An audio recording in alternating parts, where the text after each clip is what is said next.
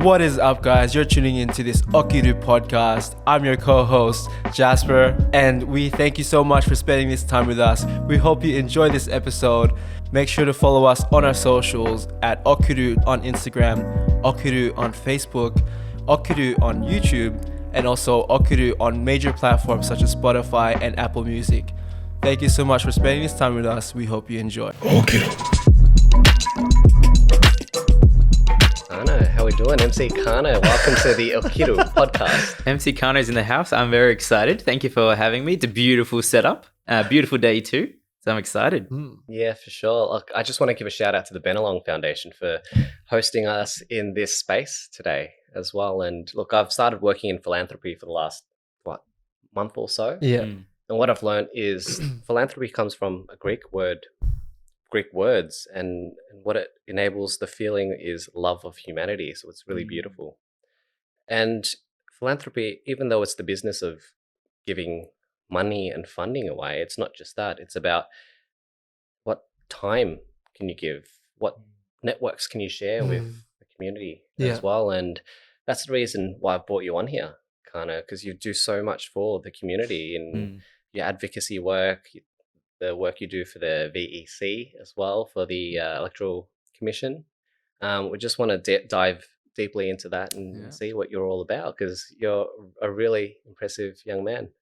Oh, thank you. I like how you start that off. I think that you going off, philanthropy, normally it's about giving money or giving that time. But I think that wouldn't be possible without the people on the ground, people with their hands dirty, doing all the things of the weekends, doing all the things on the weekdays outside of their normal day-to-day.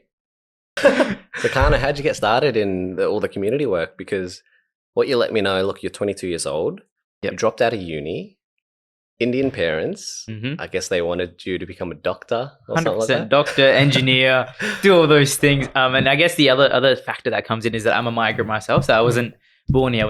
I moved with my family back in 2007. And so there's a bit of pressure of like, crap, my parents, they were 35 when they moved. So they sacrificed a lot to be here. They're giving up their childhood, their family, their friends, to start in a new country without knowing the language, the culture, with just having that hope of like, crap, overseas is the dream, that's what's going to make my life better. Yeah. So there's that added expectation. When I was like studying or in school, I was like, crap, I need to have a career that my parents are going to be happy with, because I don't want to let them down and make it feel like the sacrifices they had that I lived up to, or it made my life better. So I graduated in 2017, went into Commerce University of Melbourne, fresh out of school. I was like, yes, I wanted to study business, be an entrepreneur. That was a buzzword at that time. So I was like, all right, went into commerce, did not like it one bit, absolutely hated it.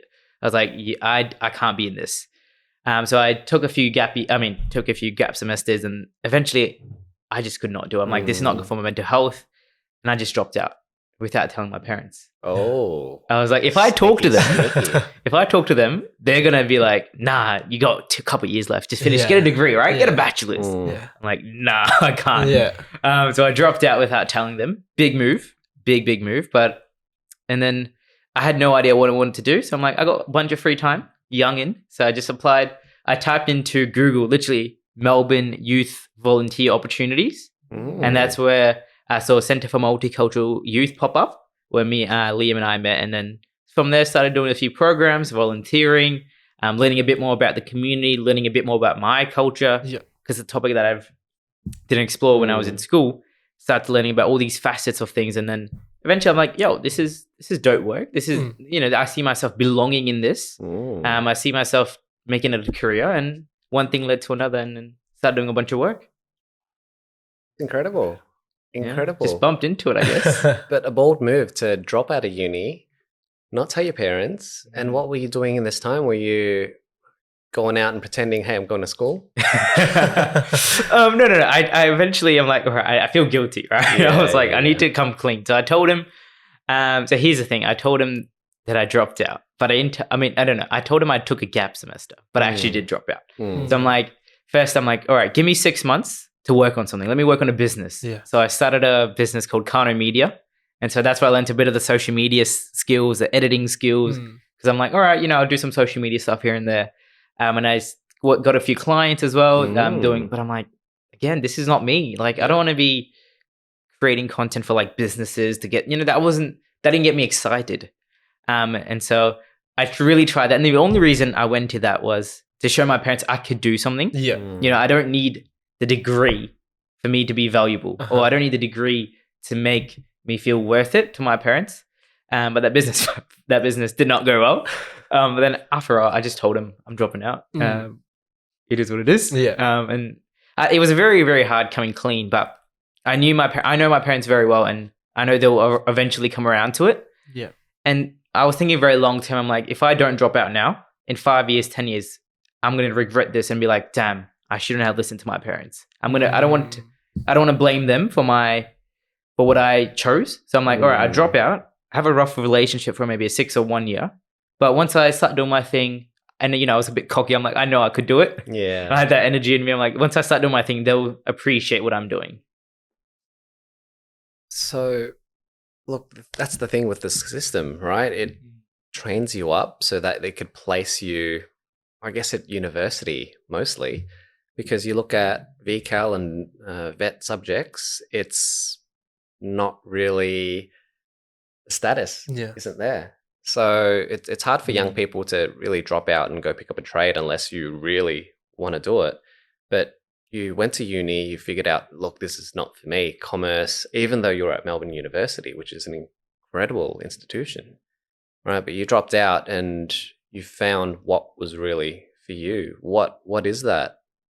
Yeah, well, I haven't figured it out, but I like to go by the term of a youth and multicultural advocate. Multicultural person myself. Look at me, I'm colored, obviously, but got a bit of an accent, moved from a different country, then also young in at the moment, love working with youth. I feel like there's so much potential with young people, and I feel like the system that we have, as you said, it's not created for young people to succeed, or it's not created for young people's voices to be heard. And I'm like, as a young person working in that community advocacy space, I'm like, why where's our voice? We're the future generation. We're going to be the doctors, the engineers, the prime ministers. We're going to be these people in powerful positions eventually. And why don't we start from now? Why don't we get that experience from now? Why do we have to wait till we're 30 or 35 or 40 to start going to those fields? Yeah, we live in this permissionless age, right? Where we don't have to ask for permission to start a podcast, become a public speaker, to start your own business, because anybody can do it, like at the drop of a hat. And that's the amazing time that we have, that we live through right now. So Kano also is a shout out speaker for CMY, the Centre for Multicultural Youth as well. And he goes out to schools to speak to young people about real issues. And what do you tell the young people about your journey in terms of dropping out of uni?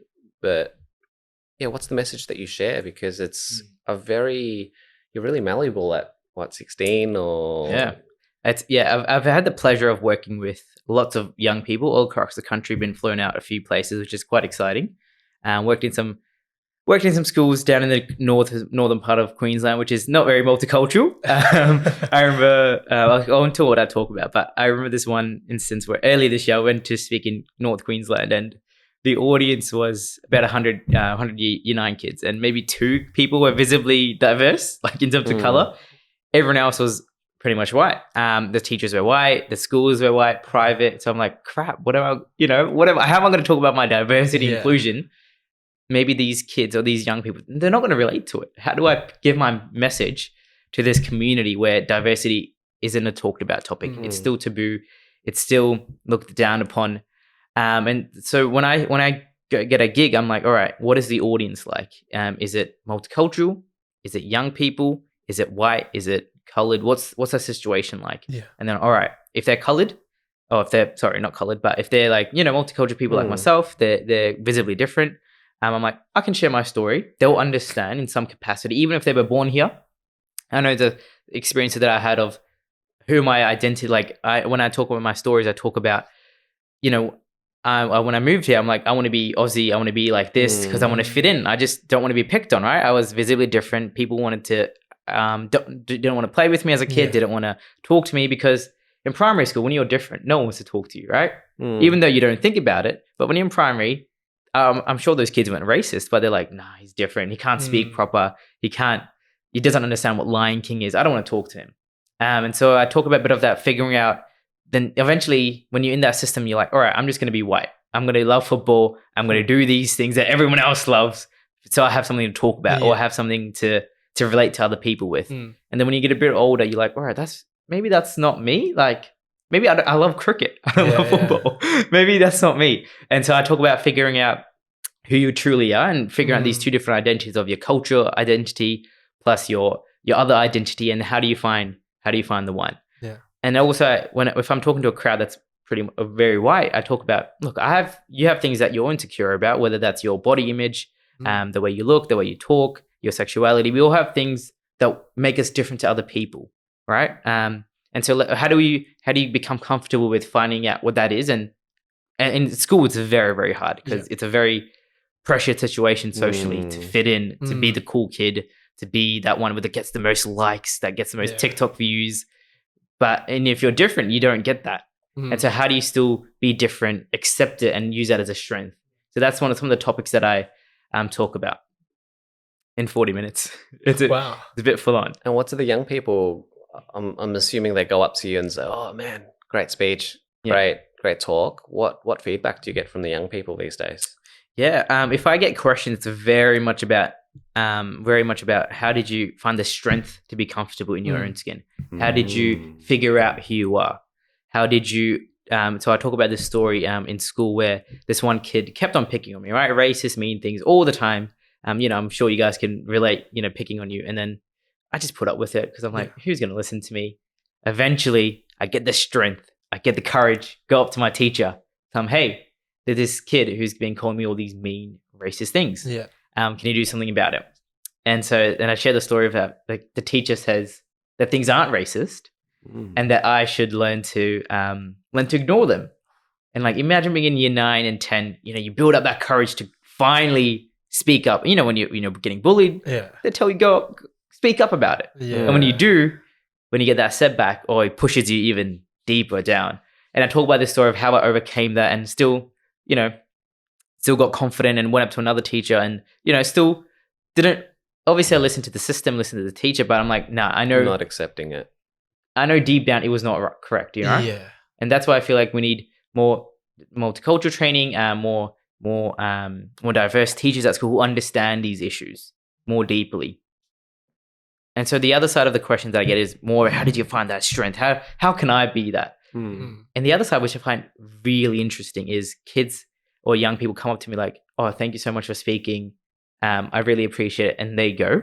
And I think normally those students are all colored or they're multicultural.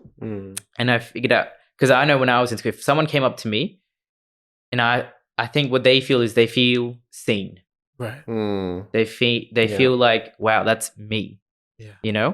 So they don't have a lot of words to describe their feeling because maybe they're hearing it for the first time.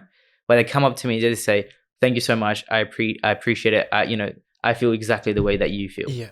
And so that for me is very, very valuable in that they don't have the dialogue at the moment because they're going through their own things, but they feel seen. They feel, damn, Feel validated, and that's the word. They see you as a brown man up on stage sharing his journey, right? And this is how the concept of representation and how powerful and how valuable it is for young people as well. And I always come back to this: it's you can't be who you can't see, right? And this day and age, we've just very recently, there's been an elected parliamentarian who is a refugee from a Vietnamese background. Yeah.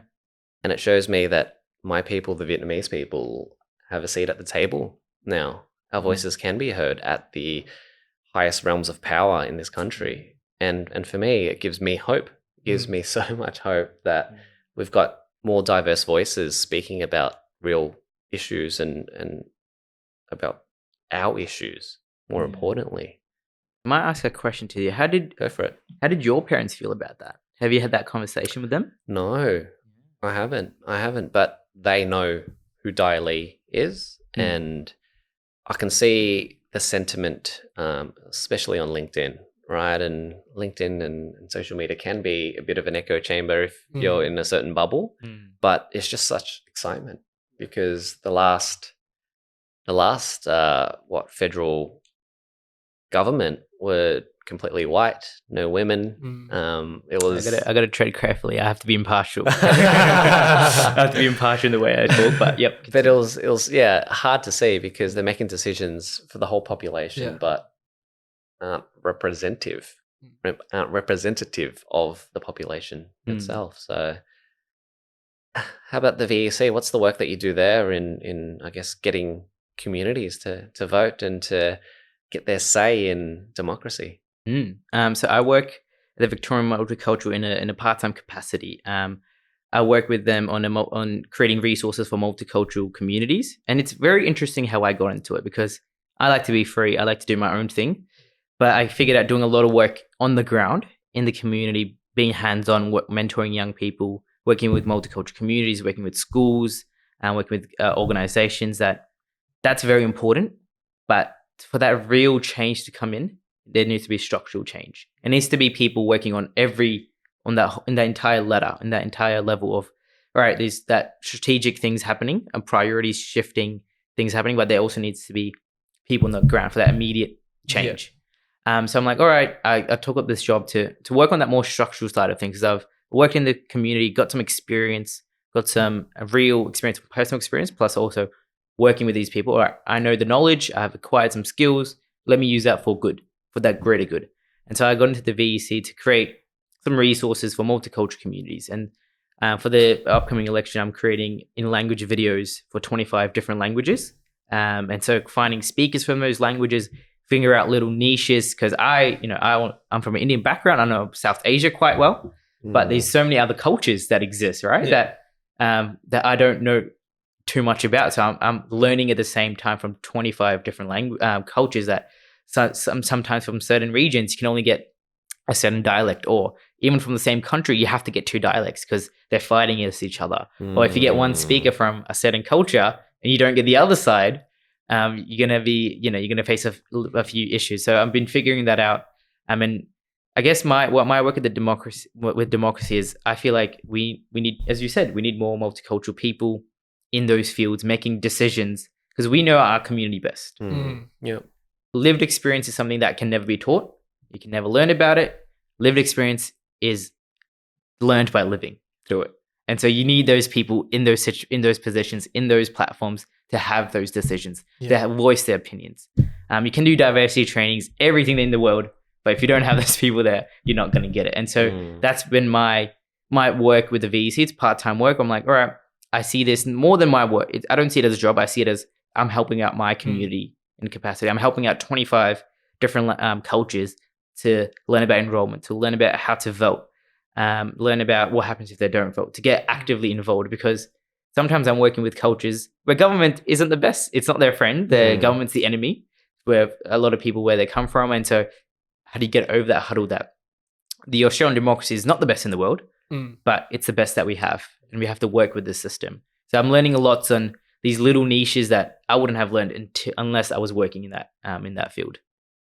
Funny thing on voting in elections, though, I've got some friends who were told at 16 in year 10, don't register to vote. Don't do it because you'll have to vote for the rest of your life, right? And so every election, they're proud. They're like, I don't have to vote. It's not good. I'm not going to get fined. I'm not registered on the system. That is our way.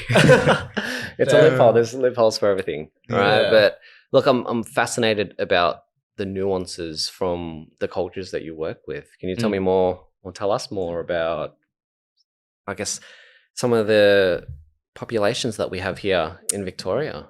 Yeah, so the biggest thing I find that a lot of people don't understand is the concept of need versus want. So there's, we have a big populations of like Greek, Italians, that's been existing for many, many years now. They've gone through a few generations. They've been here for a long time. So when you look at the data, oh wow, we have bajillion, we have so many people from these countries. Yeah.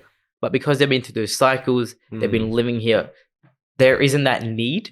There's that want of like, it would be great to have these resources. It would be great to have more of these things happening. But because there's been so much 30, 40 years or 50 years, how many generations, that need isn't there. And so I think when organizations or people start working with the data, they're like, all right, these are the top 10 populations. Let's create resources in that. Right. But then you're not looking at it deeply and like, what are these newly arrived communities that are coming through? What are these communities that don't have a strong literacy skills, that don't understand numeracy? All right. I've been working with people who don't know what 1 to 10 is. And so they literally, when I teach them to vote, they draw the number 1 or they draw the number 2 because they don't, unfortunately, because of the way that they've gone up or the situations that have forced them to leave their country, they didn't get that education to understand mathematics or numbers. And so that need for those newly arrived communities is greater. And so that's some of the nuances that I'm learning of. All right. Because you got to justify the work that you do. And it's hard to justify creating resources or going into this community, very niche community, to do all this work when there isn't a big population. But then that need is much, much greater. And I feel like it's a fine balance of figuring out what is the need for this community compared to this big community. Yeah. And what resources do they need? Wow.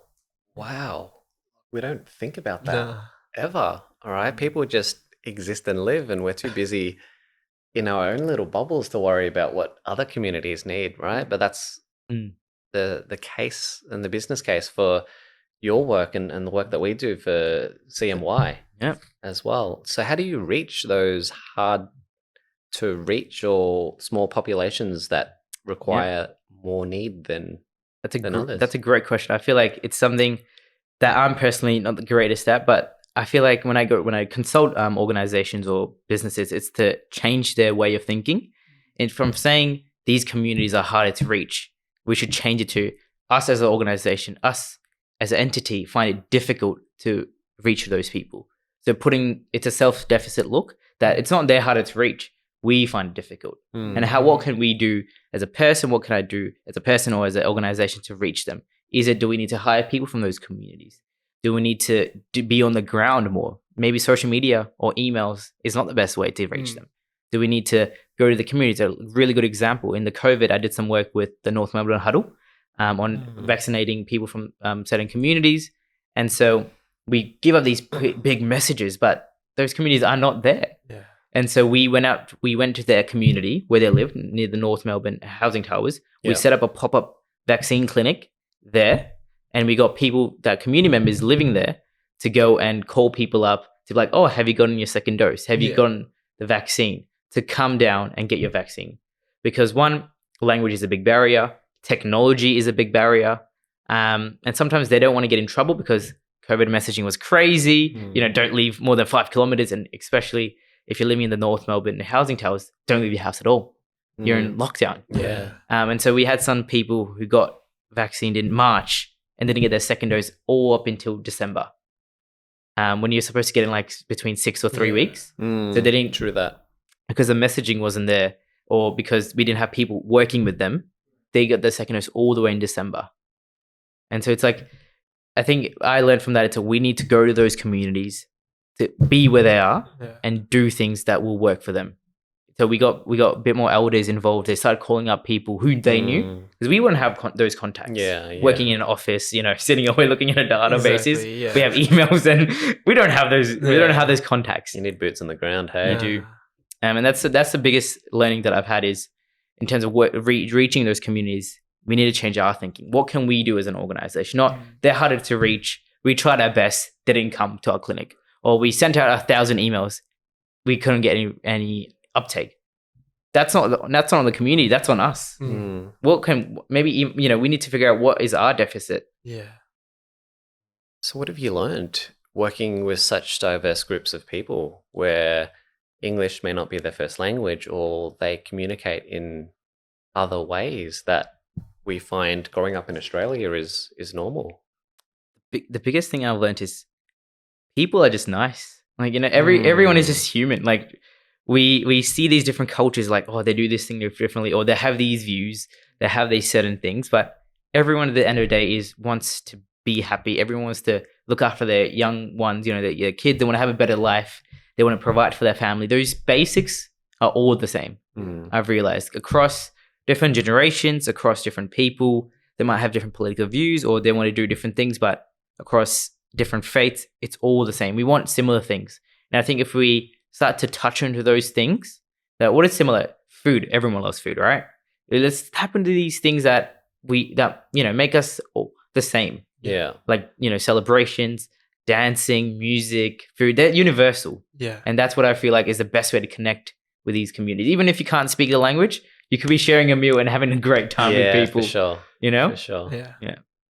A skill that I've always wanted to build and I do build during my travels is the ability to make people laugh, even though they don't speak your language.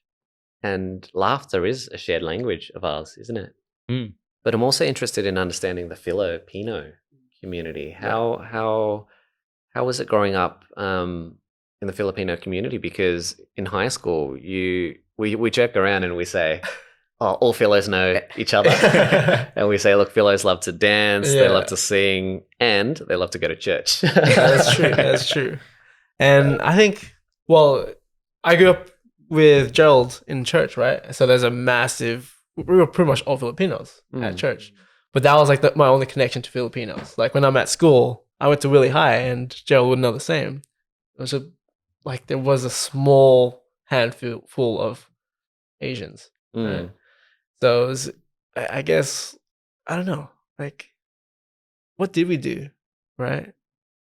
I don't know how to answer that question. Well, that's okay. That's okay. But I guess what you have there, you grow up together in church. Yeah. Right. So it's a weekly engagement where you know that others are going to be there. Yeah. It's a safe place for you all. And I understand through, I guess, our friend JP, right? You guys used to guard the church? Yeah. That as was well? a part of it. Like 3 a.m. Oh, You're just wow. it's just the youth, right? That's how you build the relationship. Like you feel like you have that purpose of like, oh, I'm part of something great, protecting the church in a way. Right? What does that mean? God, as in like you So like I'm not in the church anymore, but what they used to have is they have a rostered schedule that someone's going to be guarding the church 24/7. Yeah. Right, from day to night, and it would be like Friday nights. The youth would get together from like I think it was like 10 p.m. to like 3 a.m. or something like that, just like guarding the church, right? But then it would just be. I remember you used to guard a lot. I didn't get to guarding till later in my youth, but I remember it was just us like either playing games or making music or just like spending time just chilling, right? And just like talking. But it's fascinating. Yeah. So you were born here, right? I was born here. So how did you find growing up in two different cultures? Because obviously your household was Filipino, but then you go to school, you might have played inter-school sports. That would have been growing up in Australia. Man, like I think I had a disconnect with my family, right? Like I couldn't. It was kind of hard for me to build a connection with them because I have one life mainly at school, getting to know people like Aussies and other cultures, and that was like my identity, right? A part of me wasn't Filipino, right? I was Australian, and I don't know, I didn't really like embrace Filipino culture as much until later down in my life when I went through a journey of like trying to understand who I was and kind of separating myself from my family to get closer to them. And it was crazy because I realize now that I embrace Filipino culture more and like my family more when I'm away from them, because I was so close to it, and it was kind of like you should only know this one way of thinking, and I guess I didn't really agree with that. So I was like, but when I started to live with my partner and away from home, I kind of understood why they were doing those things, right? Everything they do is out of love, right? Essentially. And they're only teaching you what they believe, what they've grown up with, right? And I guess it was just, I needed that separation from them, separation from the culture to fully understand and see it from a different lens. I guess being too close to it, I didn't see what was there to embrace and love about it until I like took a step away and moved away from it and was like, yeah, this is who I am. Like I am still Filipino. Right? I hope that answers your question. No, that's powerful. And what really comes up for me is absence makes the heart grow fonder. Yeah. Right. And from what I'm hearing, it was that for you. And Yeah. like when you move out of home and you're away from the parents, you appreciate them much more. And together you build such a mature adult relationship together, right? Because there is no power dynamic anymore. You're somewhat sitting on a human to human level rather than a power figure to the kid. Yeah, exactly. That's correct. And I was telling my mate this. I was like, before leaving my house, like I had a really tough relationship. Like I was at a point where I was like, I want to leave house. I don't care if I don't have anywhere to go. I'd like figure out a way to live because my relationship with them was just so bad. But then when that happened, when I did move out, and we, like you said, there wasn't that power in the environment anymore. I could see them at their level as just human beings. And yeah, I just found a deeper respect for them as well, and a deeper love. And just like we can have real talks now, as opposed when I was there, like I barely talk to my parents. Yeah. And then when I'm away now, I'm like realizing, man, I want to see my parents. Yeah. It's funny. I don't know. It's weird. Strange. I would love to hear your perspective as well. Growing up, similar, different cultures. I've always considered myself as an Asian person, right? Vietnamese through and through. Yep. But like yourself, there was a period of time where I was like, no, I want to be more white or more Australian and to move away from this and be like others, right? And I think it's a very common experience for young multicultural people to give up how you were growing up and be more like what you saw on TV. For instance, go play sports on a Saturday morning rather than going to Vietnamese school or sleeping over at your friend's house. I wasn't allowed to do that. And there's this book by Alice Pung. Do you know her? She's from the west side of Melbourne as well. I'll have to get the book details, but what it shares is the concept that Asian Australians or Asian people fear or live in scarcity a lot more than your typical Aussie families who are like to their kids, you're a legend, go out there, go do everything, fall over, break a leg, it's all right, you'll live and you'll learn. Yep. Right. And for me, it's like, oh, don't go outside, someone's going to kidnap you. Or don't go with strangers, or don't climb that tree, you're going to fall down. It's living with a lower risk tolerance than other communities as well. And that's what I've observed. And I find that fascinating. And as I guess my community, the Vietnamese Australian community, progresses and establishes themselves much more and passes through more generations, we will be more tolerant to risks that our parents formerly weren't able to handle and deal with, because my parents were refugees, their parents were refugees, and so they've also always lived in, I guess, didn't have as much psychological safety as we do now, right? So at the moment, I get paid a decent wage. I shouldn't tell my boss that. Pay more. We always need to get paid more, but I get paid a good salary, and I have a house over my head. I can afford things that bring me joy, and I could buy experiences and things like that. And back in the day, it was all about survival for my parents, and you can feel that, right? And so my experiences back then were, I can't take as much risk because my parents didn't, and all they were seeking was safety and where they were. So that was my personal experiences, and I'm not sure if you share that as well. It's funny you say that, actually. Like, survivability, that was what you were growing up with, right? And I had a funny realization when we were at the groceries. I was like, oh man, I really want to buy this. And I was like, wait, I live on my own now. I don't need my parents' permission to buy like canned spaghetti to try, because that's what I wanted to try. I was like very curious. And it it was just like crazy. I was like, hold on a second. I don't need permission to buy what I want. I can just buy it, right? But yeah, that's funny that you say that. I vibe with that. I remember a story. I think when I was like 10 or something, playing football. So before I went to normal school, right, mainstream school, I went to a language school. So if you're a refugee, you're a migrant, and you come here, I could not speak a word of English. So you get put into a language school where you're with other cultures, Right. And the teacher's white, and they're teaching you English, right?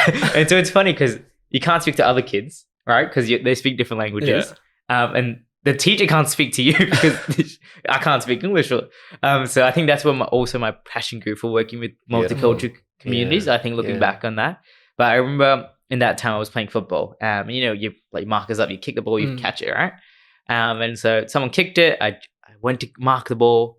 I hit the ground, and it wasn't a good school, right? We didn't have an oval. It was like dirt, right? And so I hit the dirt, and I was young, so my tooth came off, and it cut in my mouth. Oh. And so I had stitches, right? Yeah. And so I got rushed to the hospital and did all the things. This is like 2-3 years while we're fresh. My parents were hella stressed. One, finances, right? It's expensive. Secondly, don't know how to navigate the system. Like never been to a hospital before. What forms do you have to fill in? You have to take time off work, which is very valuable, especially when you're newly arrived. You just don't want to do that, right? You want to earn as much money as you can to afford things. And we didn't have a car then. Yeah. And so I remember my parents would like travel down to public transport to come see me and stuff. But I remember I healed up for a while, right? I got well, and then like I was a kid, so I was playing around and I fell over again. And my parents got very, very angry at me. Yeah. And I think it was a bit more like, crap, what if he gets hurt again? And they beat me up a little bit. But it is what it is. Ethnic parents, they hit their kids. But yeah. So I think that was out of frustration, like, crap, don't get injured again. Don't do something different out of the norm, because we don't know how to navigate the system. We don't want to get in trouble. We're still trying to figure out our visa situations. We still have one income coming into the house. We don't have a car. And I think you make a very good point where that risk tolerance is very, very low. And I find this working with communities. They don't want to pop out. They, that tall poppy syndrome or something. They don't want to get in the radar of things. They just want to live in their community, that little community, and survive there. Fly under the radar. Yeah, and because they don't want to get caught by someone. They don't want to do something that's going to put them into harm. And because, like, now my family, similar, like, my family's well off. We have a family business. I work, my sister works, my mom works. Like, we're in our other case, we made it, right? We're all surviving financially decent. We're good, but I remember we started from zero. We lived in a 2-bedroom house with 13 people, right? I could not speak a word of English. My father, he would work in like cash and hand jobs. We were washing dishes for like $5-10 an hour. Did not know like that was even legal or illegal. And when you start from that, we moved after like living in 13 people, we moved into a 1-bedroom house, like renting obviously, and then moved into a 2-bedroom house renting, and then eventually bought our place down in Werribee, which is back then was dirt cheap, right? That's the reason we bought it. It was dirt cheap, and so that you don't want to risk you don't want to harm anything that's gonna. I remember because I was similar in my family, like we don't want to do any risk, right? Let's play it safe. Let's get our citizenship. Let's get financially well. Let's get a car. Let's do all these things, and then we can start to explore other places. And it's very tricky because you grow up in that mindset of let's not take a risk. Let's be safe. Yeah. And then because like I know what I grew up with, the struggles that my family, my parents had. And so now when I'm a bit more older, I'm that similar mindset of like I shouldn't take risk. Yeah. Even though eventually I learned to that, and I'm like, all right, my parents ideally they would not want me to take risks, like dropping out of university, leaving my work, doing all these risky things.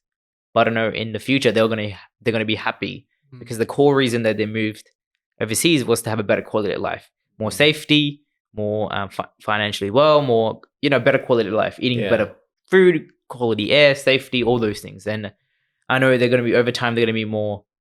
They're gonna be happy that I've did it. But it's a concept that's very similar in other multicultural youth where they don't want to take risks because they grow up with all like, almost a layer around them, like do not take risks because we don't know, we've never lived here. We don't know what's going to happen if we do different things. And I guess what I'm hearing between all of our experiences is that our parents, we started lower on the Maslow hierarchy of needs, right? And we started making our way up and up and up. And it's a slow game, if you want to call it that, over generations. And I guess if you want to have kids, their experiences will be vastly different as well, much more psychological safety to take risks as well. Plus, a lot of our families, we started on zero. Like, we didn't have a house. Nada. We didn't have no generational wealth. Nada. Like, compared to kids that grow up here, they have, they have their house paid off, or the grandparents bought it when it was like dirt cheap, They right? get inheritance and, and stuff like that. They have citizenship. They don't have to. And plus, this is their home. Like, I sometimes am a migrant myself. I feel like I'm living in a different country, right? But them, it's like, this is my home. Like, I got my connections. I'm stress free. I'm not going to go anywhere else. I'm not going to get deported. So I think that also plays a factor where maybe my kids and their kids, they'll call this place home. Whereas I, as a migrant, still, obviously, I'm going to live here, but I do call it home. But I know it's not, deep down, it's not my core home. It's not my calling. That belonging is still, I'm still finding in terms of this land and this place that I live in. Wow. Yeah. Wow, that's powerful. Now I want to ask you guys, because you both grew up here. So what's that? Do you call this place home? What has that discovery been like? Man. That's an interesting one. I'm happy to chip in if you want to think about it. No, I do call this place home. But I kind of felt, this is crazy. Like, I went to Malaysia this year to meet my missus' parents, right? We haven't been dating for like almost a year. But for some reason, it felt like home as well. It was weird, but I'll be honest, like when I go to Philippines, I don't get that sense of feeling home. It's funny. Like, I'm Filipino, but I go to Philippines, it doesn't feel like home. My missus Malaysian, I go to Malaysia, meet her parents, but it felt like home. I don't know how to explain that. Here still feels like home. Right? I feel like I have two places now I can call home, I guess. How I would define it. I guess just the people the environment that I'm around, it feels like home for me. Right? And they were so welcoming. It was the first time I met them.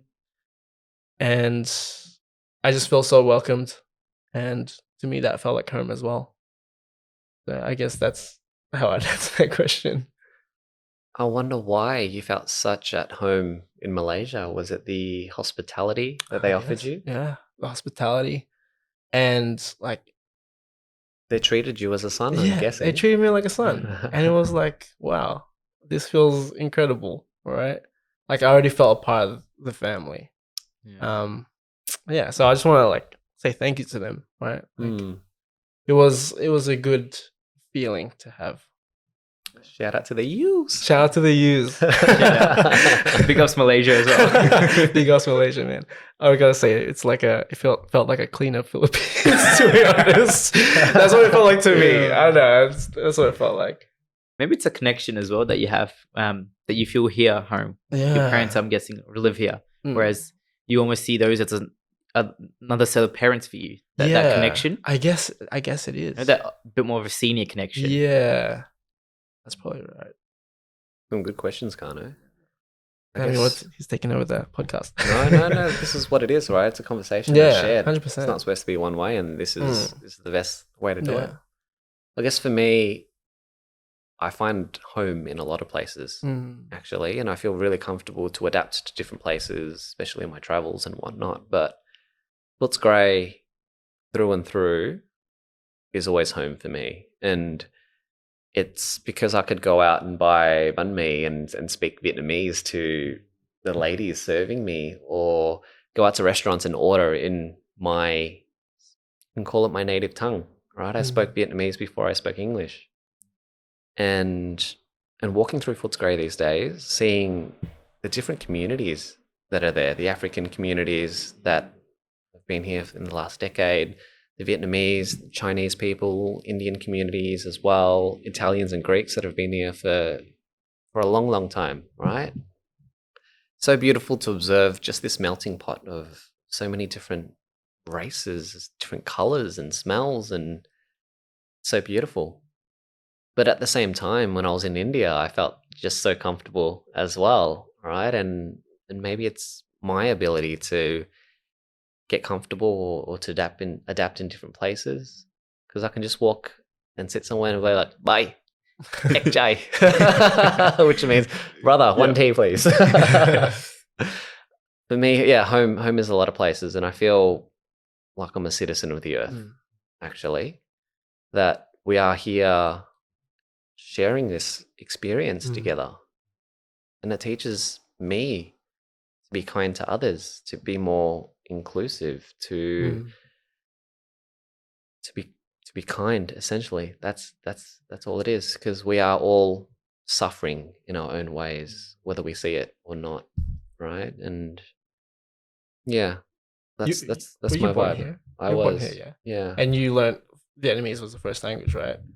That you learned? Yeah. There's something I observed about, like, I don't know how it is now, but one thing I observed with Filipinos, like when Filipinos migrate here from Philippines, they kind of lose the language. And I've had many cases where like titas would be like, "Oh, like you know how to speak Tagalog?" I'm like, "Yeah, I was like, born here." I was like, "Oh, that's amazing!" Like my kid like has forgotten to speak Tagalog. It's like, what? Like, how's that happen? Right? They lose the essence of their culture. You want to know my Mahal assumption? My assumption is that the Philippines was colonized by the Americans. And so you learned English, or people had to learn English while the Americans were there. What do you know what year that was, or through what years? No. Okay, we'll have to look that up. Yeah, we have to look that up. I'm super curious about all of this stuff and geopolitics. Gerald, and look it up. Pull it up, Gerald. We got it. But I might share something. I think it's Go for very common in Indian families as well, Oh, where really? they move here, and I've known some parents who talk to their kids in English only, so they can speak English. Yeah. I'm like, for me, I'm like, no, teach your mother tongue, because they're gonna learn English either way. Yeah. I could not speak a word. I learned it. Like, you know, it's English is one of the easiest languages. But I think your point on colonialism, very true. India was colonized by the British for 200 years. Yeah. It's only in 1947 that they left, which is almost 50, 70 years ago. It's not maybe long. one. Not long. One of my grandpa was alive when the British were still, you know, it's not a long generation. True that. And so we're still fighting back from the British, stole trillions of dollars from us. We're still fighting back from that. And it's similar in our community, even in India and here, where white colonialism is looked as, you know, the peak, or that's speaking English, having fairer skin. Fairer skin. Going to Starbucks, going to all these like American or like these British places is looked high upon compared to eating your cultural foods or doing your dances. So I think it's a very, very common point where I guess the generations that have lived through, because they've been colonized by these communities, they're looked as that as the higher good, as the standard of like, this is where I need to reach. And that's been passed on, where in India, if you speak English, you're known as educated, you're smart, you're the new breed. If you can't speak English, your employability goes down. People don't see you as educated. They don't see all those things because you simply can't speak English. Or if you have darker skin, same thing, where if you're fairer, you know, you're more brighter, you're an innocent human being, you're more likely to do the right thing, compared to if you're darker skinned. No. You might be looked as, you know, there's a bias of like, oh, you might do the wrong thing. Right. And it's the same thing happens with these products where you can bleach your face to make your skin whiter. Right? Shout out Fair and Lovely. I hate you. Fair and Lovely. That's what it's called. For men and women, where you can put layers and layers of bleach and then you get whiter skin. Obviously, which is not healthy, and we don't promote that. Right. But that point of how now we moved to this country, it's very similar principles apply. Where our family's like, oh, you know, this is the standard. We're living in it. Let's reach it. Let's speak English. Let's do all these other things. Let's assimilate. Yeah, you're right. And I guess my uncles who raised their kids were like, made conscious decisions to not speak Vietnamese at home. And now their children can't communicate with their grandparents. And I find that just so sad. But it was their decision to say, hey, we'll give our kids the upper hand and we'll teach them Western manners, for example, and like they can speak English very well, like every other kid who grows up and goes to school here, but they can't speak Vietnamese or communicate with the grandparents, which is a bit sad. And I could agree to, that assimilation point. Hey, let's strip our own culture back so that we can adapt, so that we can not really adapt, but be one of the others, right? And it's not really integration, but it's that assimilation point, which is sad in the day. And I hope that we could, I guess, reclaim our cultures and be loud and proud about where our family has come from, and really, really celebrate that. I'm really enjoying this conversation because I don't really like talk about like multicultural stuff. So it's like for me, I'm kind of like learning and hearing all your perspectives. So I'm just amazed, right? And I think that goes back to a point that we're interesting an interesting shift in community where diversity is celebrated. We're talking a bit more about representation. Yeah. And now I think we're in a very interesting point where our generation, what we pass on to them, I mean, to our future generation, to our kids, that's going to be so valuable. If we teach them, because we don't know, maybe our partners can be different cultures, but we still need to instill our cultural values, whether that's our language, whether it's the food that we eat, the views that we have on the world. We want, because eventually, a couple generations down, they're just going to be Aussie, right? Yeah. Like we see that with previous cultures. I've studied this, and similar to other cultures that came here 50, 70 years ago, that they've, eventually assimilated. There's some cultures that thrive. There's certain cultures who just assimilate to the Australian way. And that's because, 70 years ago, they were being picked on. Right now, we're coloured. 70 years ago, like Italians and Greeks were being picked on for being different, right? Yeah. Now we don't see them as diverse, whereas we're the new diversity, the diverse people of this country. And it's interesting that now Indians aren't looked as to, because that generation, that wave is gone, whereas the new communities that are coming are more picked on or more backed on, because Indians have been here for many, like 20, 30 years now. I've been here myself for 17 years now. And so it's like that arc has passed where people have accepted, all right, Indians going to be here. We're just going to move on with them. But I find it very interesting. And I keep on exploring this issue myself. And I would love your perspectives on this. What are we going to pass on, or what are you going to pass on to your future generations, if you're planning to have kids? Is that cultural thing still going to be there? Oh, definitely. Yeah. I think that's something we talk about, like, with my partner, is we always have to remember where our roots are from, right? And we want to bring that with our children, like teaching them both Chinese, Malay, and Tagalog. And so there's like a lot of culture there. I think that's something I really want to keep, right, in our family. For me, it's food. That's for sure. Look, Vietnamese cuisine is incredible, and the diversity between just what is available, and I guess it's a trained palate that I've grown up in eating Vietnamese food. And you go out to speak to people in society, and they're like, "Oh, Vietnamese food's the best. You're so lucky," and all that. Yes, it's true. I am blessed. But the other thing is also different ways of celebration as well. So Vietnamese New Year, that has been one of the highlights of the year for my extended family, where we all get together, we eat good food, but we also like play games and give each other, well, the adults give the young people some lucky money. So that's always a good thing, getting some cash.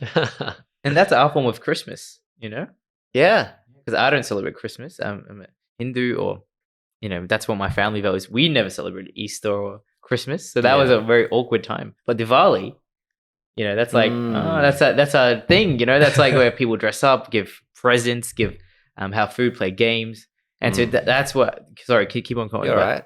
Light firecrackers. Yep. We do that too, Yeah. And that's what our form of that big celebration, that yearly, that big thing that gets everyone together. Whereas my identification to Christmas isn't as strong. Like, I do it because I love the holidays, right? Yeah. But it's like, oh, it's Christmas. Yeah. It's just another day. Yeah.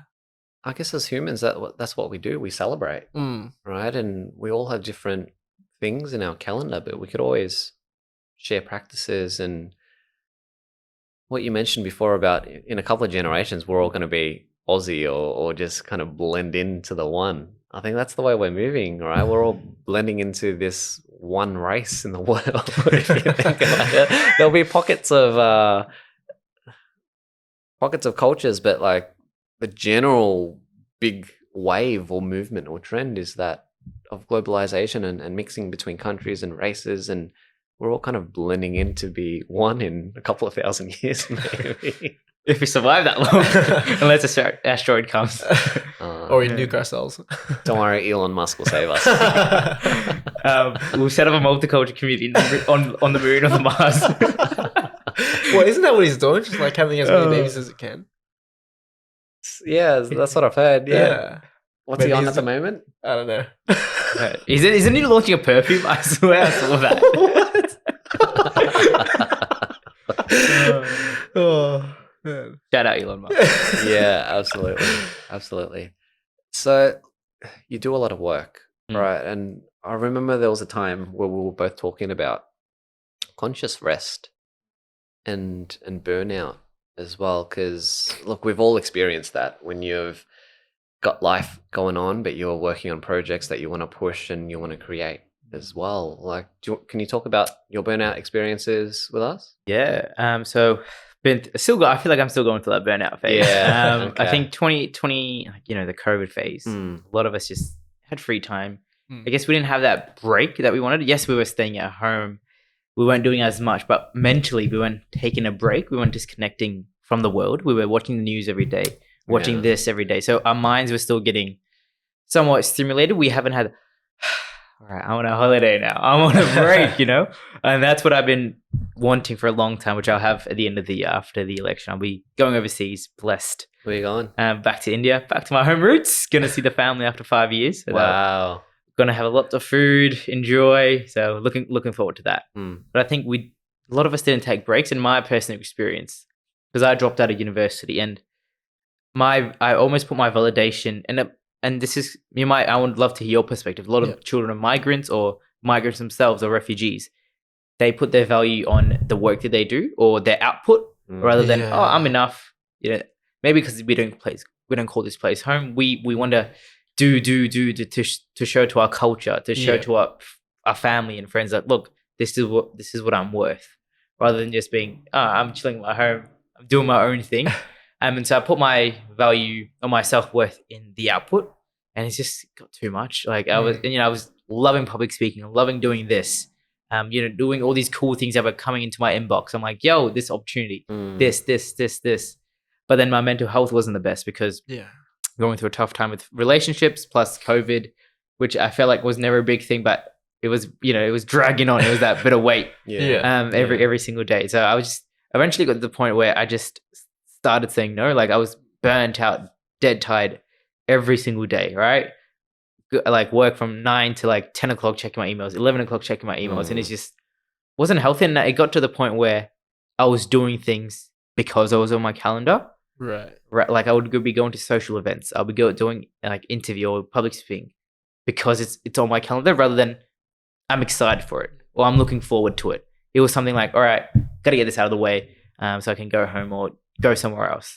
You let the calendar control you as opposed to you control the calendar. 100%. Right.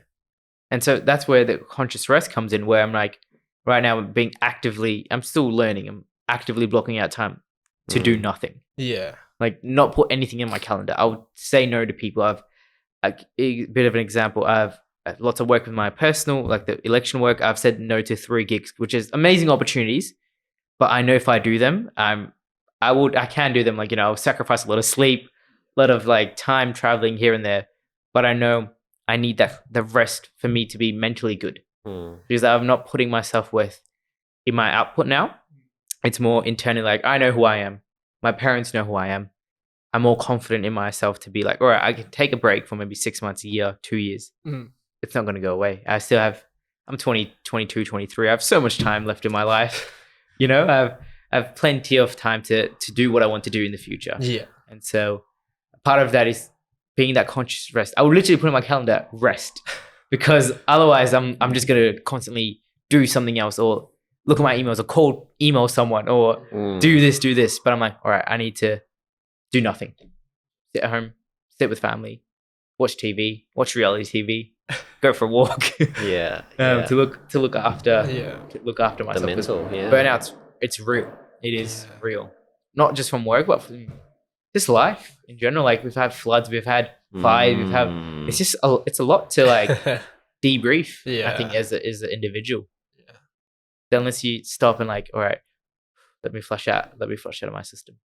And this is incredible, right? Kano's 22, and I didn't learn this lesson until recently, that you have to say no, because you can say, and maybe you've had so many opportunities that you could say yes, but maybe you've felt and you've reached that capacity and you've felt that red line and you've maybe danced that red line for enough time where you're like, no, this is enough, right? And I guess different circumstances, different upbringings, but different stages of life as well. I haven't had to say no until really recently. And even then, on Wednesday, I have to say no because I find myself triple booked.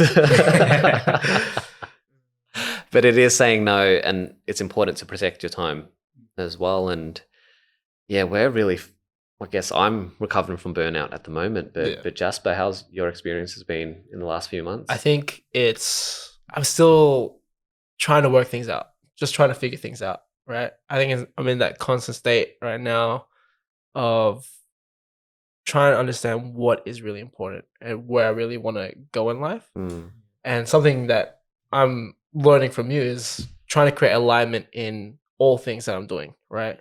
And really enjoying the whole process of living, because the hustle culture can get really toxic. And when you're hustling, like, you will burn out, right?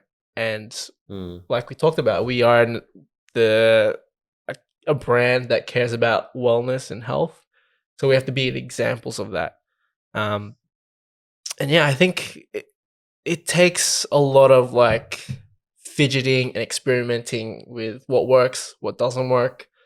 And sometimes I find myself saying like, oh man, I wish I did this, I wish I did that, and just like full of regret. But then I just had to take a moment and be like, hey, why am I feeling this feeling? Why am I in a rush to get anywhere? And it's just really slowing down, right? Just really slowing down and understanding like, hey, why am I rushing, right? What's the rush? What's the rush for, right? If I had a plan, which I have, like, I understand that I have a plan X amount of time. Why am I trying to rush to get there when I'm just at the very beginning? And that's something I'm trying to remind myself always. Like, dude, you've got a 10-year plan. You're only in your second year. Why are you rushing to get to the 10 years? And it's just being not patient, because I don't want to be passive about it, but just understanding like, as long as I can do one piece of work that's going to get me moving forward today, I've done my job, right? It's that 1% better every day. So that question I asked myself is like, what can I do today that's going to help me get forward to where I want to go?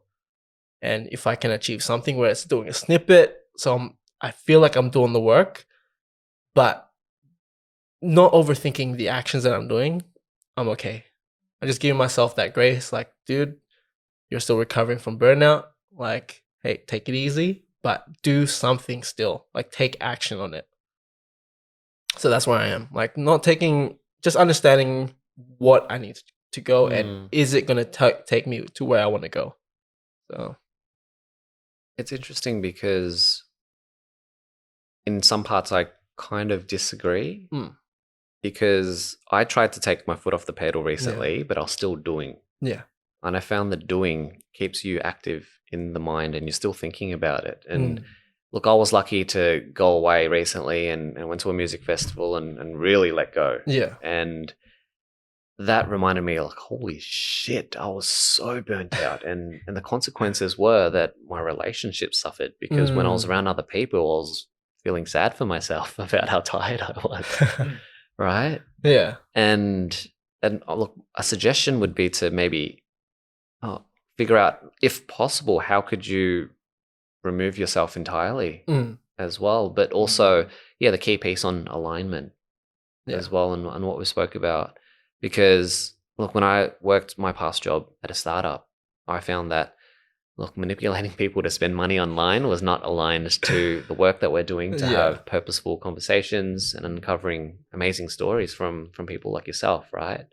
And also with the meditation and the community work that I do, it was like on the left-hand side where all of my energy wanted to be on the right-hand side. So I quit that job, found another one, and now I'm full guns blazing into one direction. So that's what I guess my learnings came from that, and I've shared that with Jasper as well. But looking at yourself, Kana, would you say you're in alignment in your purpose, your passions, and what you want to do and achieve? Yeah, I think I'm blessed that I've had in 2018 when I dropped out of university, I've tasted a lot of things. I did a bunch of random shit to figure out what I want. Oh, sorry, can I swear? Yeah. Sorry. I did a lot of random shit to figure out what I want to do in life. And I feel like I found my purpose in helping out people, being committed to multicultural people, young people. And I think I'm a community person. I love being around people, helping people, being there for people. And I think a lot of my work resonates with that. But I think also I've learned that for myself. I need to take a gap. My learning has been, I'm not a marathon person. I'm a sprint person. So I can't and I think we're just different human beings. I can't do one thing every single day. And slowly I'll get there. I need to do a sprint, break, sprint, and a break. I've realized that because I've been marathoning for 3 years and it's just burned me out now. So I think, when I go on this break, no work at all, no emails, no nothing. I'm completely disconnected because I need that break before I come back and sprint again for a short while. And I'm going to break early than I need to. Yeah. So I can come back, sprint again, come back, sprint again. And I think that's just the way that I work is like when I'm working, I'm in go mode. I need go. Whereas I feel like if I'm doing one thing at a time, I'll keep on overthinking, crap, I can do more, I can do this. And I need that. I think I figured out my working style is to just do a bunch of things and take a break, go from there. Yeah, very wise, isn't it? Yeah. I think it's like everyone has their own way of like processes of how they do work, right? One thing might work for you, other things might not work for someone else, but it's just finding and taking bits from everyone's learnings and making it into your own thing. So I guess that's what I've learned. Like you hear in different people's processes of life, like you'll hear like high performances, like David Goggins does like the hardest shit every day. I can't do that, right? That's not going to work for me. I tried it, but it didn't work. And you have other people who like do like you take your sprints and then you take a break. And then you have people who've just been constantly just running a marathon, right? But it's the beauty of it is like we can learn off each other and make our own processes that work for us. Yeah. And I want to go back on your point around alignment. Because I feel like I've been blessed that I found some form of my alignment early. And, I'm 22, 23, so my opinions might change in 5 years, right? I could have a totally different alignment. Yeah. But I think it's figuring out what that is. And if you don't know, like I'm so blessed in 2018, I did a bunch of random shit, right? And I think the biggest thing, which I've gotten from what you just said, is to say no to things that don't align with you, like working that job, or for me, going to university, right? It's so hard because it's risky, right? Living a job that's decently well paying, doing something that's gonna, people tell you don't drop out of university, your parents tell you don't drop out of university, but taking that leap of faith that this doesn't align with me, I need to do it for myself so I can go on to the greater good, which is hard to do. Yeah. To say no to things is incredibly hard, right? It's amazing. It's so hard, but you got to think, I think my advice, and I would love to hear your advice, is to think long-term this might make me happy in the short term, but long-term, is this going to make me happy? Right. Is this what I want to do? Yeah. And I think that usually for me gives me an answer of, do I want to say no to this, cut it out of my life, or want to invest my time and energy into? But I would love to know what made you, I think you thought it didn't align with you, but how did you, one, figure out that it didn't align with you? And also, how did you find your alignment? Because I feel like it's a question that a lot of people have, is like, what is my calling? What is my alignment? Yeah. And like yourself, I guess it's by doing a lot of things at a young age where you figure out, I like doing this. Oh, wait, no, I don't like doing this. This sucks. But for me, joining a startup was like, all right, I'm going to get rich. I'm going to join up for a rocket ship and get some equity and make some big bucks when they sell, right? Yeah. But another concept that they don't tell you is one of golden handcuffs. So if you work for a high-flying tech company and you've got some equity, they handcuff you because you have to work there for X amount of years until they're able to sell and do a liquidity event, right? So you're stuck in there. So equity is great, but you get stuck in and you're trapped, hence the golden handcuffs. And so for me, I looked at the people around me. I looked at my manager and then the founder, and I was like, do these people inspire me? Do they live the life that I want to live? And that question was no. I respect them immensely, right? But their style of work didn't align with what I wanted to do, which was more impact in the community. I wanted to meet a lot of diverse people and just to hear their stories, really. But I was communicating with e-commerce managers who want to push their sales further. Yeah. Not really in alignment, right? And so it's a hard call, and you sit on it and you brew with it for days, months, longer for some people as well. And I just said, look, I can't do this anymore. And then other things started working out. So grateful that I made hard decisions as well. And like yourself, right? Grateful that you've made those hard decisions to kind of move on. About yourself, how did you? I think you were talking about earlier. You're a creative. Yeah. How did you get to that alignment? I guess. Well, I'm still trying to figure out, like, in my day to day, how to find that alignment. Right. Like right now, my day job is warehousing. It's not helping me get to where I want to go. Right. Gives me money, but that's about it. And I think we're in a direction where we want to master our own craft and also help others in mastering their own craft through these conversations. Right. Like, what can we learn from other people that can potentially help others?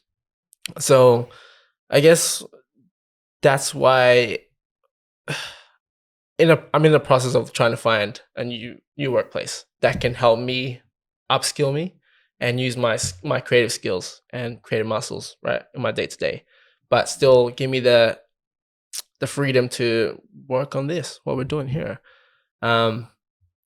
But since I am still doing that day to day and working in business, like, I have to find that time, right? Have to find time to still work, still make time for whatever we do here, and spend time with family and my partner. Because for me right now, I had 5 values that are important to me. That's my partner, my business, my investments, my family, and my friends. Those are the 5 things that I really want to focus on. And top priority, obviously, is my partner, and then business. So I'm doing my best to spend time here as much as I can. But it can be difficult because my partner is the number one thing for me to create those time blocks for my business. Because I want to spend as much time with her as I can, right? And I want to have valuable and quality time with her, because that's like my love language, quality time. I'm in the process of, like, really, now I need to work, right? Because living by ourselves, like chores and cooking dinner, can be a distraction to that, to what you're doing. And that's something I had to figure out.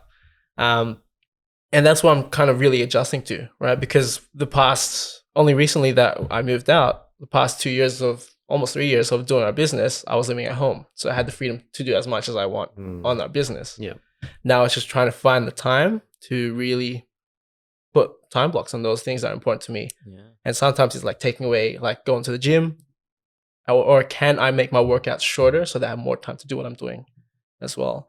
So it's really just, I'm in a process now of just really experimenting on what works, and I'm finding what works now, like, slowly. So I'm still finding that alignment. I'm not there yet, but I'm working towards that goal. Yeah, they don't tell you how much the chores add up when you move out and things like that, because it's all on you, right? It's all on us. But yeah, it's all about finding pockets of time, but being efficient with it. So like meal prepping, for instance, or what I do is I love to ride my bike to work. So it's like a 2 birds, 1 stone. I get to spend time in nature, and I get exercise at the same time as well. And it's so good. It's so good.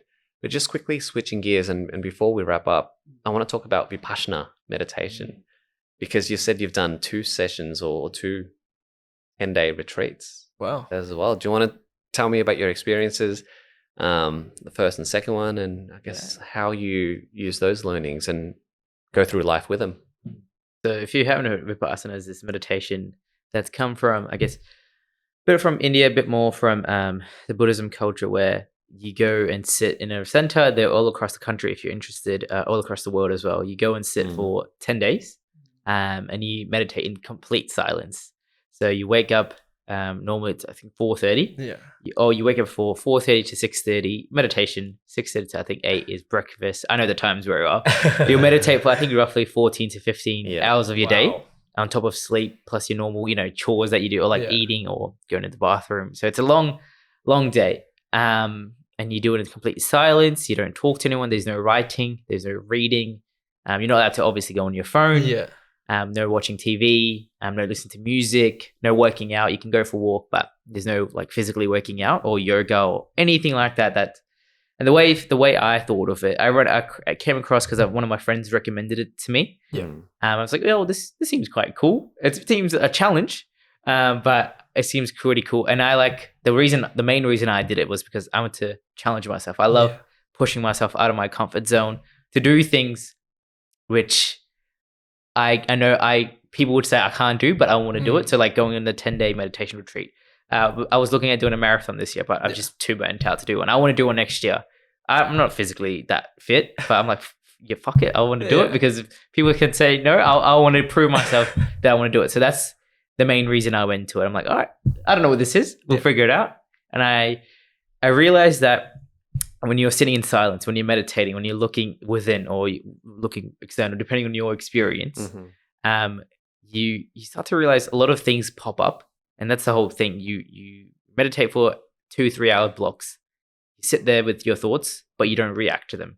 You don't give it a positive or a negative feeling. Yeah. And eventually, the more times you sit with it, you decompose, like, you look into it deeply, you look at all these other facets and you're like, all right, I understand what this is. But because you're not reacting to it, you're not assigning a feeling to it, or you're not assigning that this is my thing.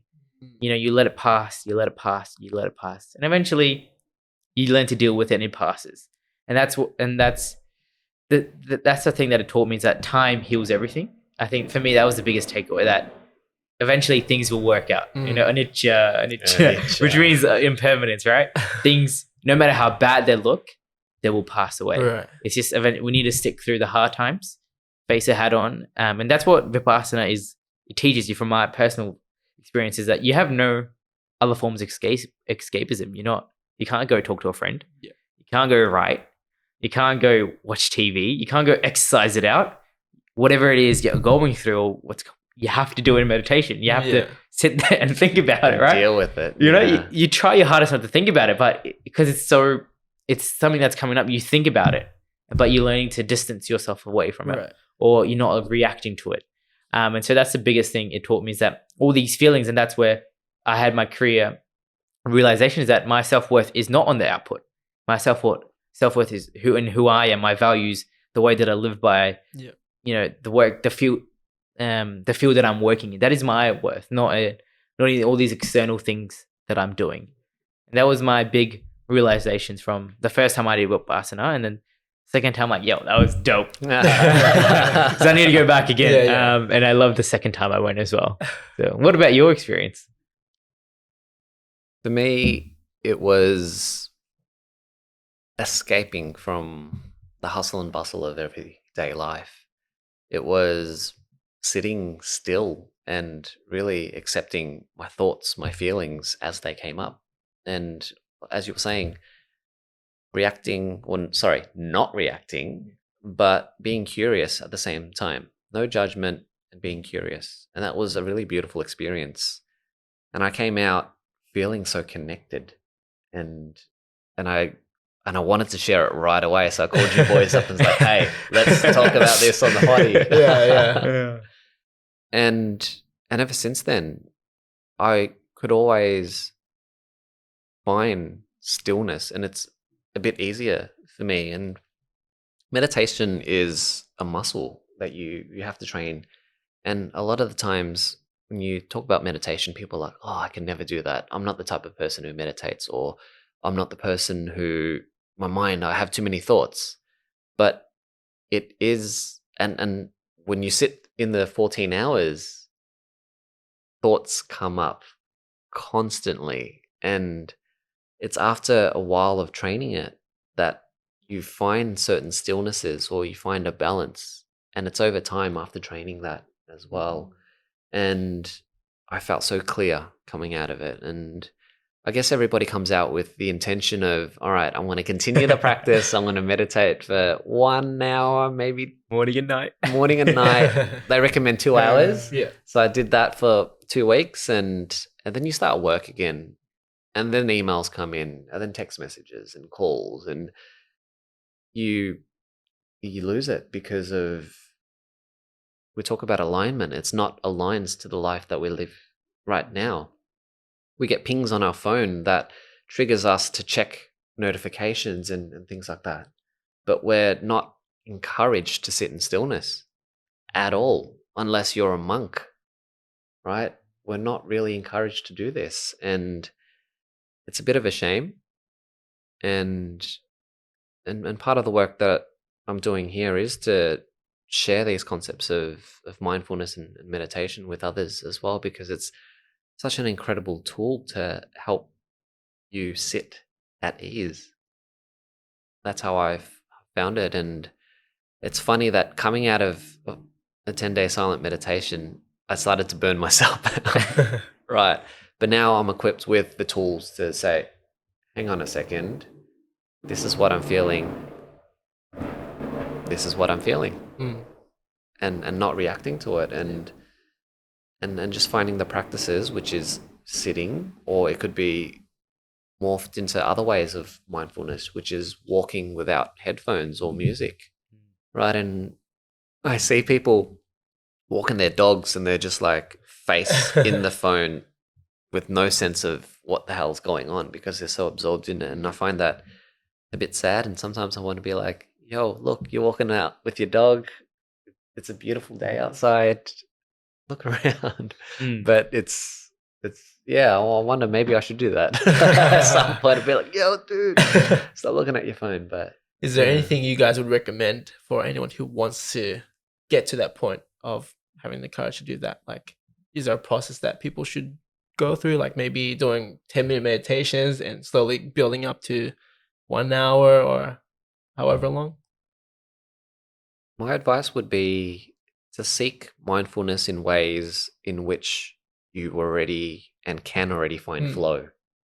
It doesn't have to be a formal sit down meditation, turn off everything and say om and things like that. But it's for yourself as a designer. It could be sketching and drawing and finding moments out of your day.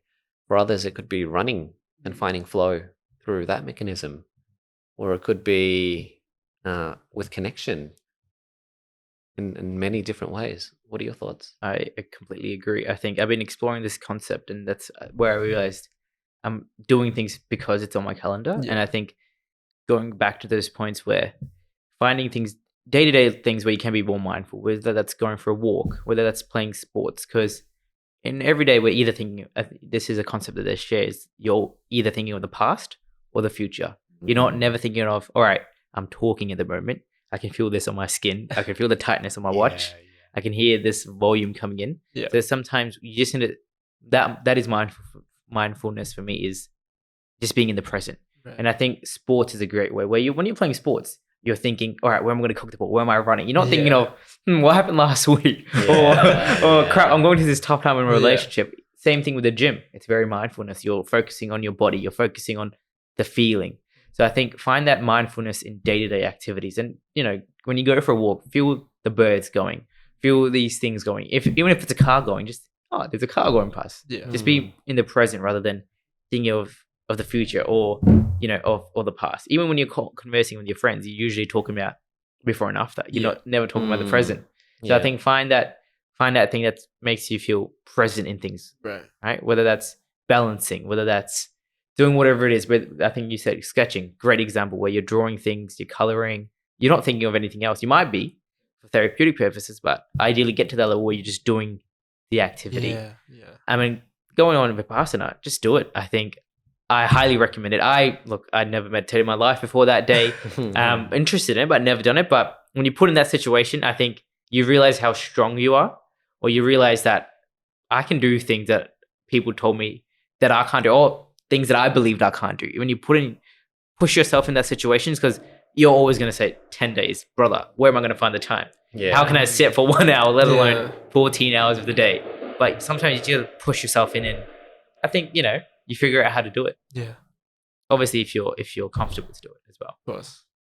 Sure. What about you, Jasper? Have we convinced you to go on this 10-day I think you meditation had, retreat? initially when Lim had this conversation with us, I was like, oh damn, I really want to try this, but I think I haven't really practiced any form of meditation for a while.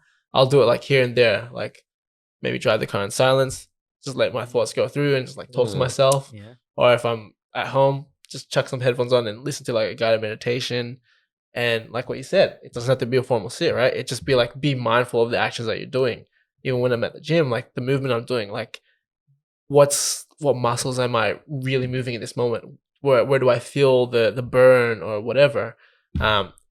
See, with the sketching one, I feel like I've dropped out of it for so long that I'm still working back to it now.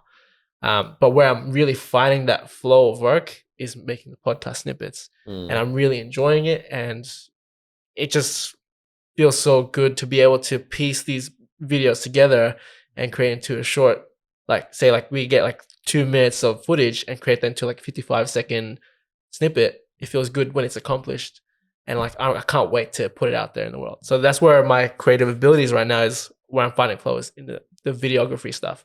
But I'm really working towards the sketching and stuff as well, like whether it's doing 5 minutes, just a line, where does that line take me, right? But sometimes it's so hard. Like I'm finding it so difficult right now. Whereas in the past, where I could just sketch and I'll just flow for like an hour or two. Yeah, it's just like you said, being present in what you're doing with every action that you're doing. I found yesterday, so I was creating a video as well, but there was this sensation in me and an urge to check my phone. And it always is, right? It's because it's trained us to check it, and we get a little bit of dopamine that rewards us at the same time. And we can't stay too far away from it as well. And I had to fight the urge. I had to train the muscle. Is like, all right, I set out this task. I wanted to tell a story in this video format. And when I sat through it and I did it, I was incredibly proud of the work that I did. And it's that, what is it called? Delayed gratification. Yeah. The delayed gratification feels so much better than a cheap hit as well. It's much more substantial, and you work and you earn it. You really earn it. And I guess meditation can help you find that practice to delay quick gratification as well. And I think if you're thinking about going, I think it's another great tool to have on your side. Yeah. Like I think working out or meditating is all these tools or creative outlets. These are all tools that we can utilize in our day-to-day lives. And I think it's just figuring out, what is this tool for me that's going to help me my self-care or help me my day-to-day life, whether that's working out. All right, you gave it a shot. Maybe it's not for you. Fair enough. You can look at another outlet. Is meditation my thing? So I think that's the way I think about it. I'm adding all these assets or these avenues for me to potentially utilize, obviously on top of friendships, relationships, all these little things I can, pick and choose when I want to go into them. If I need to just breathe, if I just need to be by myself, meditation could be that outlet. If I just need to move around a little bit, working out or going for a walk is that outlet for me. So I think these experiences which you're like, oh, I would never do that in my life. Yeah. It's just these things that you can add on Right. to your repertoire of, all right, that's why I want to do marathon running next year. It's like, I just want to see how running is like. I've never run more than like 2Ks in my life. Oh man. Let's go for a run. I'm like, let's see, maybe running could be my calling. Yeah. Like, and we'll figure that out next year if I do it. Exactly. But you'll find out in the doing, right? Like you have to do it first to find out if it's really for you. A good place to End it. Right. And ask 3 questions. You don't end it? You throw them all to me. I don't know what's coming. All right, 3 questions. Hot seat. Hot seat. What are you grateful for? My family, my parents especially. Am I supposed to give deep No. answers, or is it hot fire? It can Rapid be fire? it can be as long as you want, or how short you want. Feel free to answer the questions as you like. Alrighty. Number one is my family for giving me a better opportunity in life. I wouldn't have anything that I have without them. So it starts on that. What have you realized? I think it's been the basis of these conversations is that I'm so much more than the work that I do or the things that I do.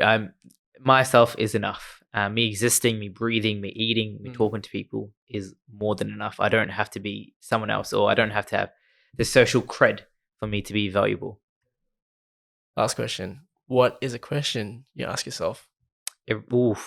Is do I want to do this and do I love doing this? Amazing. Yeah, that's a really good one. I don't think we have heard that one. Because it's because I'm I feel like at my age, I'm still trying to figure out my career. And, it's a thing that I'll keep on answering until I'm like 50, 60. Yeah. And I'm a sprints person, right? Yeah. I like to do something because I love it.